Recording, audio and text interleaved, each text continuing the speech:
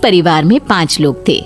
ओम प्रकाश, उनकी पत्नी सुमित्रा, बहू भावना, बेटा राहुल और एक थी उनकी बेटी प्रियंका। वैसे तो ओम प्रकाश और सुमित्रा के घर में सब कुछ ठीक ठाक था, लेकिन सुमित्रा की एक आदत थी। घर में कुछ भी गलत या सही हो तो वो किसी से कुछ नहीं कहती, और भावना स्वभाव की इतनी सीधी सादी थी कि अगर कोई उसके साथ गलत भी करता तो भी वो उसे कुछ नहीं कह पाती। इसी के चलते प्रियंका और राहुल घर में मनमानी चलाते रहते, क्योंकि घर को संभालने वाली औरतें इस तरह से रहती थी जैसे वो गूंगी और अंधी हो।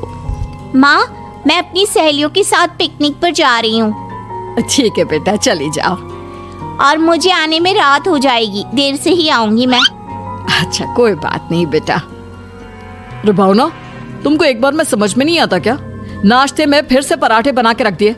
कितनी बार तुमसे कहा है कि मेरे लिए ढंग का नाश्ता बनाया करो। ठीक है जी, आगे से ध्यान रखूंगी। अरे ये बहू से किस तरह से बात कर रहे हो तुम राहुल? अरे तो और क्या करूं पापा, इसको कहीं बात एक बार में समझ में ही नहीं आती। सुमित्रा, तुम अपने बेटे को समझाती क्यों नहीं? बहू से बात करने का ये क्या तरीका है? अरे जिसकी जैसी मर्जी आए करो, मुझे क्या। भावना बेटा, तुम भी तो कभी कुछ कहा करो।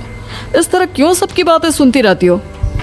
कोई बात नहीं पापा जी, सब ठीक है। रात को काफी देर तक प्रियंका घर नहीं आती, और जब वापस लौट कर आती है तो एक लड़की के साथ बाइक पर बैठकर सुमित्रा और भावना दोनों ही प्रियंका को लड़की के साथ देख लेते हैं। आज तो जोर से डांट पड़ने वाली है, लेकिन मैं डर क्यों रही हूँ? माँ तो सब कुछ देखकर भी अंधी बनी रहती है। और रही बात भाभी की, वो किसी को कुछ नहीं बताने वाली। कहने को भगवान ने आवाज दी है, लेकिन गूंगी है गूंगी। अरे प्रियंका बेटा, इतनी रात को कॉलेज से लौट कर आ रही हो? कहाँ गई थी तुम? पापा, वो सहेली के घर पर थी, पढ़ाई करने के लिए रुक गई थी। अच्छा ठीक है, जाओ अपने कमरे में जाओ और सो जाओ। सुमित्रा ने अपनी बेटी को एक लड़की के साथ इतनी रात को आते देखकर भी उससे कुछ नहीं कहा, और भावना ने भी इस बारे में किसी से कोई बात नहीं की। कुछ दिनों के बाद मामा जी का फोन आया था। उन्होंने प्रियंका के लिए कोई रिश्ता ढूंढा है, लड़के वाले उसे देखने आ रहे हैं। अरे मुझे नहीं करनी शादी वादी, किसी लड़की को बुलाने की कोई जरूरत नहीं है। ये तुम क्या कर रही हो प्रियंका बेटा? तुम्हारी शादी की उम्र हो चली है और तुम्हारे मामा जी ने बहुत अच्छा रिश्ता बताया है। पापा, अब जिद क्यों कर रहे हैं? और आप क्यों मेरी मर्जी के खिलाफ शादी कराना चाहते हैं? अरे माँ, इसको समझाइए ना। आपकी बेटी, आप तो बस चुपचाप सब कुछ होते हुए भी देखती रहती हैं। अरे तो क्या कहूँ, और मेरे कहने से क्या हो जाएगा? वैसे भी गलत क्या हो रहा है, सब कुछ सही तो है। भावना बहू, देखो तो प्रियंका हमारी बात नहीं समझेगी, लेकिन वो तुम्हारी हम उम्र है। क्या पता तुम्हारे कहने से उसे कुछ समझ में आ जाए। नहीं पापा जी, मेरे कहने से कुछ नहीं होगा। मैं प्रियंका को कैसे समझा सकती हूँ? वो ननद है मेरी, कहीं मेरी किसी बात का बुरा मान गई तो। सुमित्रा और भावना में से कोई भी प्रियंका को कुछ नहीं समझाता। इस बात से राहुल और ओम प्रकाश जी दोनों ही परेशान हो जाते हैं। और फिर जब लड़का प्रियंका को देखने के लिए आता है, मुझे आपकी बेटी बहुत पसंद है, मैं उसके साथ शादी करने के लिए तैयार हूँ। देखो, मुझे तुमसे शादी नहीं करनी, और ये बात जितनी जल्दी समझ में आ जाए अच्छा रहेगा। अरे तो फिर आप लोगों ने मुझे यहाँ बुलाया ही क्यों? माफ कर दो बेटा, वो हमारी बेटी जरा गुस्से में है, हम उसे समझाने की कोशिश करते हैं। हाँ, देखिए आप नाराज मत होइए, वो तो उसने बस ऐसे ही कह दिया होगा। अरे कोई ऐसे ही कुछ कहता है क्या? और ये आपकी पत्नी और माँ, ये दोनों इस तरह चुपचाप क्यों बैठे हैं, जैसे इस घर के मेंबर ही ना हो? आपके घर में सब कुछ ठीक तो है ना? अरे सब कुछ ठीक है बेटा। सुमित्रा, समझाओ ना अपनी बेटी को। अरे क्या समझाऊं, क्या होगा समझाने से? सब ठीक ही तो हो रहा है, गलत क्या हो रहा है? भावना, प्रियंका को अंदर लेकर जाओ और उससे समझाओ कि कितना अच्छा रिश्ता है। इतना अच्छा लड़का है, इस तरह से बिहेव ना करे। नहीं जी, मैं किसी से कुछ नहीं कह सकती जी। अरे अजीब परिवार है, मुझे तो यहाँ से निकलना पड़ेगा। इस तरह से तो आपकी बेटी की शादी किसी से नहीं हो सकती। जिसके घर की औरतें गूंगी और अंधी बनकर बैठ जाए, उस घर का कुछ नहीं हो सकता।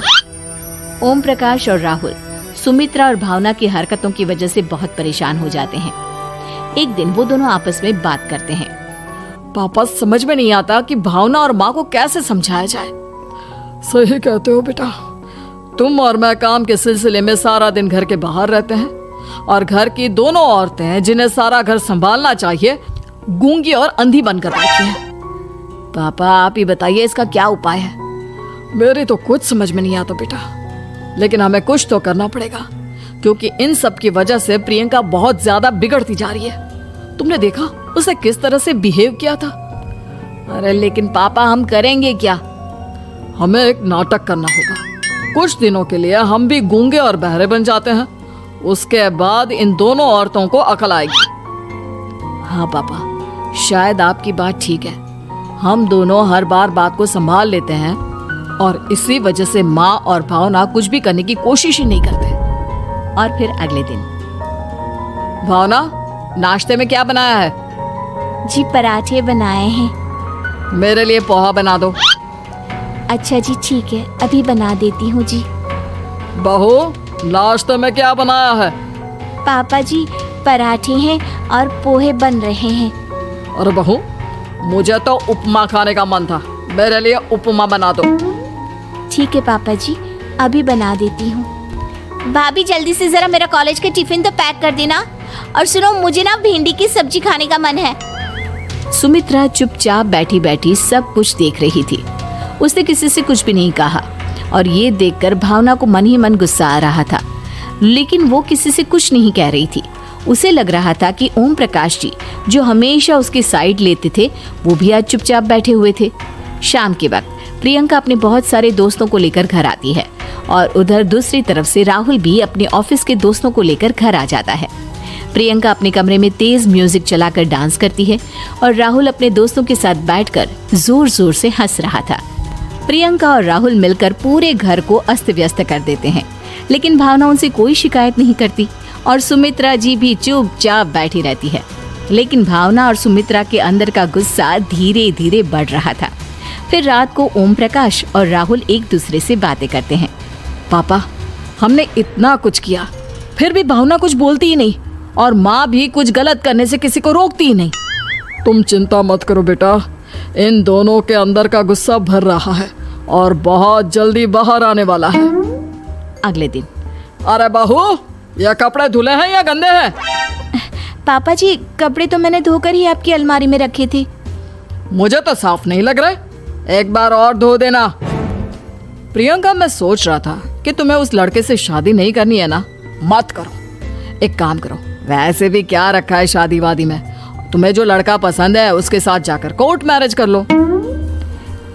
इस बार ओम प्रकाश और राहुल की बात सुनकर भावना और सुमित्रा के अंदर का गुस्सा जाग उठता है। मैं किसी से कुछ कहती नहीं जी, इसका मतलब ये है कि आप लोग मुझे परेशान करते ही रहेंगे। कल 4 बार मुझसे नाश्ता बनवाया, आज पापा जी मुझसे धुले हुए कपड़ों को बार बार धुलवा रहे हैं। अरे मैं इंसान हूँ जी, कोई मशीन नहीं हूँ। तुम दोनों ने मिलकर इस घर की कैसी हालत बना दी है और अपनी बहन को भागकर शादी करने के लिए कह रहे हो। तुम भाई हो या दुश्मन? ओम प्रकाश और राहुल जोर जोर से हंसने लगते हैं। अरे इसमें हंसने की क्या बात है? हम लोग यहाँ इतने परेशान हो रहे हैं जी, तुम लोगों को ऐसी हरकत करने के बाद भी हंसी आ रही है। ये क्या कर रहे हैं जी आप दोनों? यही तो हम चाहते थे कि सुमित्रा, तुम अंधी होकर ना बैठी रहो। घर में कुछ भी गलत हो तो उसे रोकने की कोशिश करो। और भावना, तुम अपने साथ हो रहे गलत व्यवहार पर भी कभी मुंह नहीं खोलती। ये सही बात नहीं है। मैं चाहता था कि तुम्हारी भी जुबान खुले, तुम गलत बात का विरोध करो। गूंगी बहू और अंधी सास की ये जोड़ी इस घर में अब नहीं चलेगी।